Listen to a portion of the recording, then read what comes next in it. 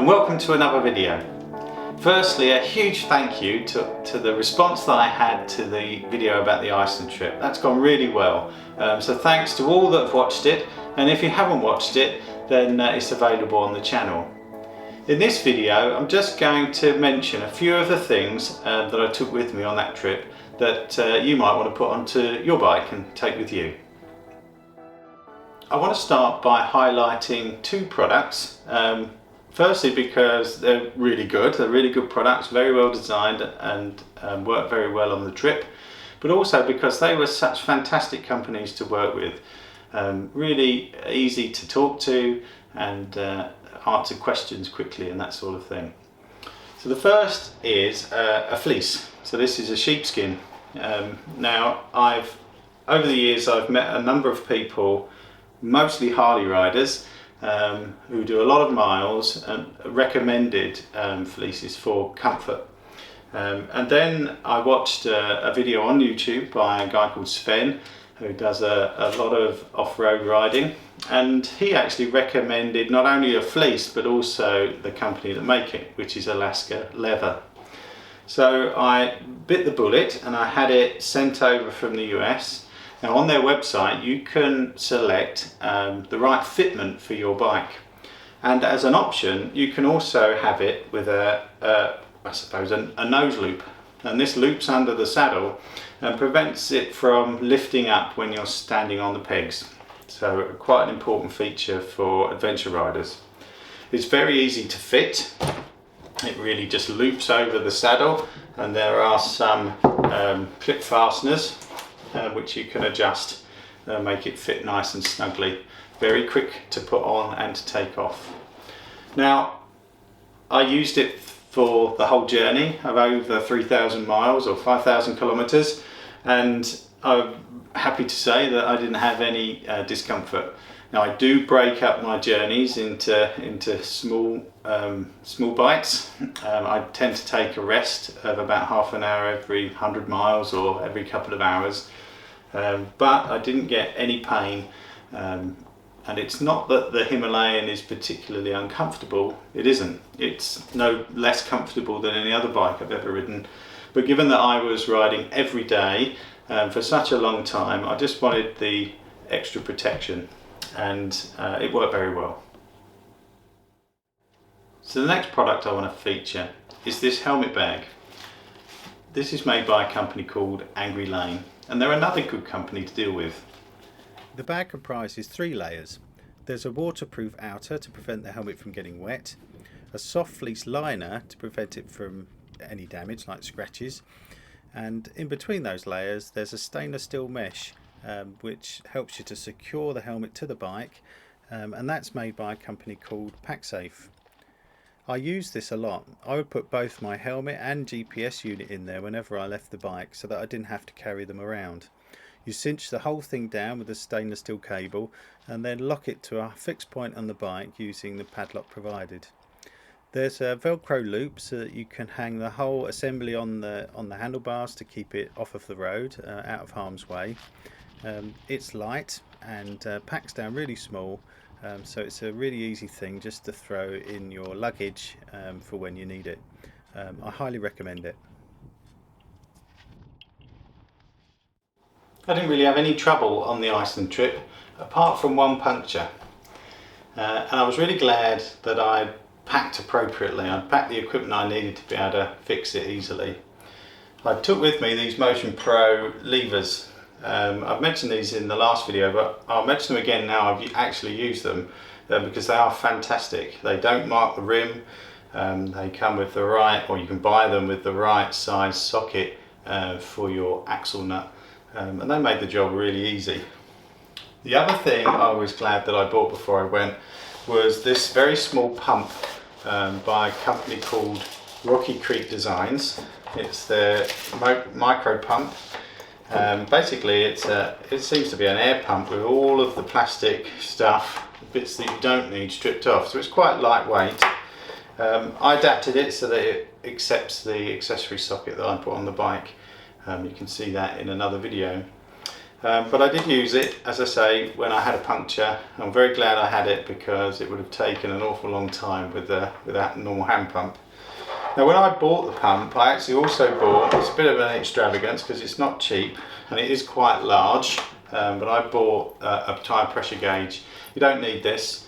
The pump will just thread on to the normal valve stem. But this was really nice, so it's very easy to check your tyre pressures. You can deflate them for when you're off-road, if you want to take a bit of pressure out.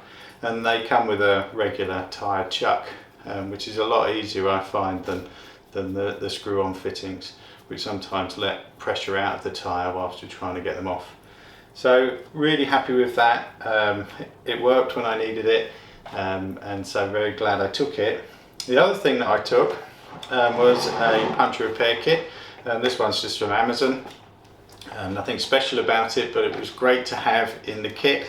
And I actually managed to repair the tube. I had a replacement tube with me, which got me going again. And then the damaged tube I repaired when I was in the cabin on the ship. In this, I've added the tyre tool, so basically so that you can remove the valve core from the tyre, so that was really helpful as well.